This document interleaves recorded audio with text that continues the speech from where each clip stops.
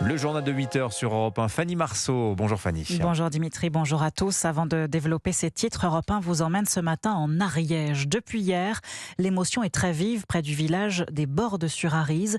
Un troupeau de 208 vaches doit y être abattu pour un seul cas avéré de dermatose nodulaire. Cette maladie virale, proche de la variole, est non transmissible à l'homme, mais elle se propage vite. Abattre l'ensemble du troupeau, c'est la règle édictée par la ministre de l'Agriculture, Annie Genevard. Mais les éleveurs le crient, arrêtez de tuer toutes nos vaches. Bonjour Christophe Bordet. Bonjour Fanny, bonjour à tous. Christophe, autour de cette ferme, ce sont des agriculteurs de toute la région qui se mobilisent.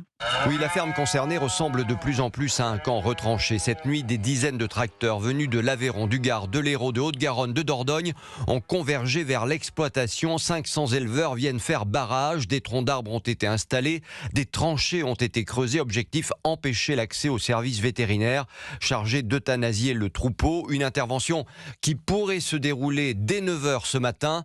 Clément Bonadeil, éleveur à Gaillac, vient de passer la nuit sur place. C'est la goutte d'eau qui fait déborder le vase. En fait, tuer tout un troupeau pour une vache ou deux qui est malade, non. Et puis il y a de la tristesse aussi, à force. Enfin, voilà. On est tous attachés à nos bêtes et on fait ça parce qu'on aime nos animaux. Donc voilà. Alors lorsqu'un cas de dermatose nodulaire, maladie virale contagieuse et mortelle pour les bovins est détecté, toutes les bêtes doivent être abattues contre indemnisation de l'État. Une zone réglementée de 50 km autour de l'exploitation est également mise en œuvre. Un protocole absurde selon les éleveurs qui ont fait une contre-proposition. Éloane Espoulos de la coordination rurale. De mettre sous cloche un périmètre de 5 km autour de la ferme, surveiller les animaux, des passages réguliers de vétérinaires pour surveiller les vaches, pour analyser tous les cheptels, pour qu'on regarde les vaches malades et s'il y en a, les abattre au cas par cas, mais arrêter l'abattage total. Un protocole donc moins contraignant, mais pour l'instant pas de réponse du ministère qui propose la vaccination préventive du cheptel français. Problème, les animaux vaccinés auraient plus de mal à être vendus à l'export.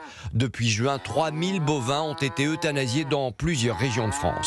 Merci Christophe Bordet. C'était un face-à-face très attendu, l'audition hier de Delphine Ernotte, présidente de France Télévisions, par la commission d'enquête parlementaire sur la neutralité et les finances de l'audiovisuel public. 4h30 sous le feu des questions des députés, la patronne de France TV sur le grill a défendu ces médias qu'elle estime légitimes, d'une exigence absolue et qui ne font, dit-elle, pas le même métier que CNews. Maï-Hélène Trémollet, vous avez suivi ces débats pour Europe 1. Calme, sourire figé aux lèvres et voix assurée, Delphine Ernotte prend tout son temps pour répondre avec flegme à chaque question, malgré l'exaspération visible des députés. Moi, j'ai tout mon temps. On peut y passer la soirée si vous voulez. Je suis à votre disposition. Dans Ton ferme et direct, Charles Aloncle, rapporteur de la commission, multiplie les questions sur les gabegies financières de France Télévisions, mais aussi sur ses défaillances de neutralité, notamment sur la plateforme jeunesse France TV /. Un appel aux dons pour le comité justice pour Adama Traoré, des énonciations récurrentes, je cite, du privilège blanc. Il y a eu des injonctions répétées à regarder des contenus pornographiques transsexuels. Combien ça a coûté aux contribuables ? Sans détour, la patronne de France Télévisions dédouane ces chaînes, mais n'hésite pas à cibler à nouveau CNews, qu'elle avait qualifié de chaîne d'extrême droite il y a quelques mois. CNews et France Télévisions,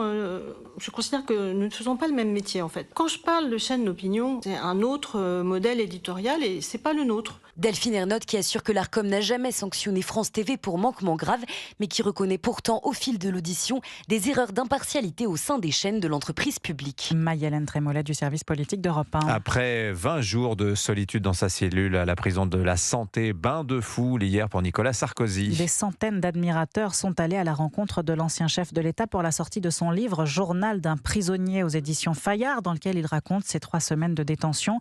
Ouvrage déjà numéro 1 des ventes. Tout l'après-midi, l'ex-président a enchaîné les dédicaces dans une librairie du 16e arrondissement de Paris. Reportage Europe 1, Alexandre Chauveau. Un quartier chic de la capitale, une file d'attente qui s'étend sur plusieurs centaines de mètres et tout à coup, Nicolas Sarkozy fait son apparition pour un bain de foule en forme de retrouvailles avec les Français. Lui qui raconte dans le journal d'un prisonnier la solitude ressentie en détention.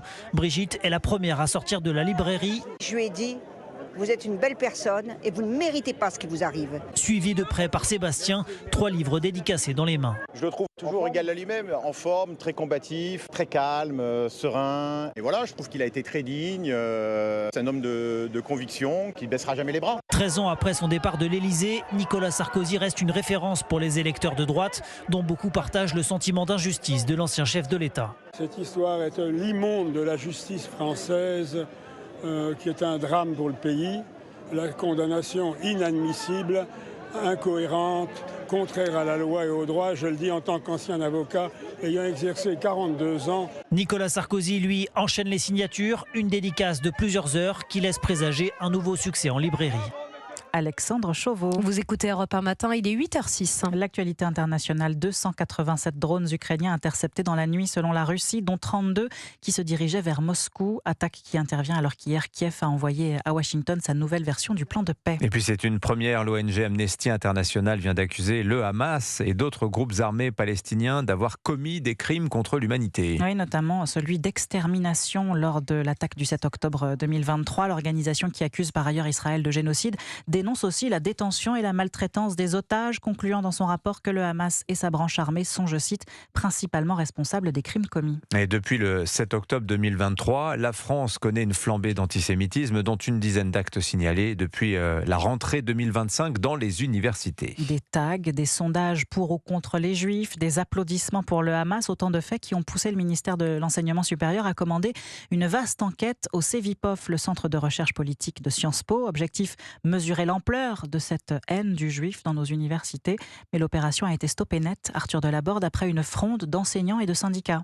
Tout commence fin avril. Le ministre de l'Enseignement supérieur, Philippe Baptiste, veut mesurer le niveau d'antisémitisme à l'université. Il confie une enquête au CEVIPOF et à l'IFOP. Un questionnaire de 44 pages anonyme envoyé à tous les personnels. Une seconde enquête destinée aux étudiants doit suivre. Mais dès sa mise en ligne, la contestation explose. L'association France Université, qui regroupe une centaine de présidents d'établissements, refuse de diffuser le sondage. Les syndicats du supérieur dénoncent un fichage politique, une enquête biaisée, une pétition circule. La France insoumise s'en mêle, accuse le ministre d'inquisition. 6 enseignants et plusieurs organisations déposent même un recours en urgence devant le Conseil d'État. Sous pression, le CEVIPOF annonce l'arrêt de l'étude. Les chercheurs démentent tout amalgame. Ils rappellent que leurs questions existent dans toutes les enquêtes sur le sujet et que l'anonymat est total. Certains dénoncent une campagne destinée à empêcher ce type de recherche. Pour le ministère, c'est un mauvais signal. Un thème jugé explosif devient impossible à documenter.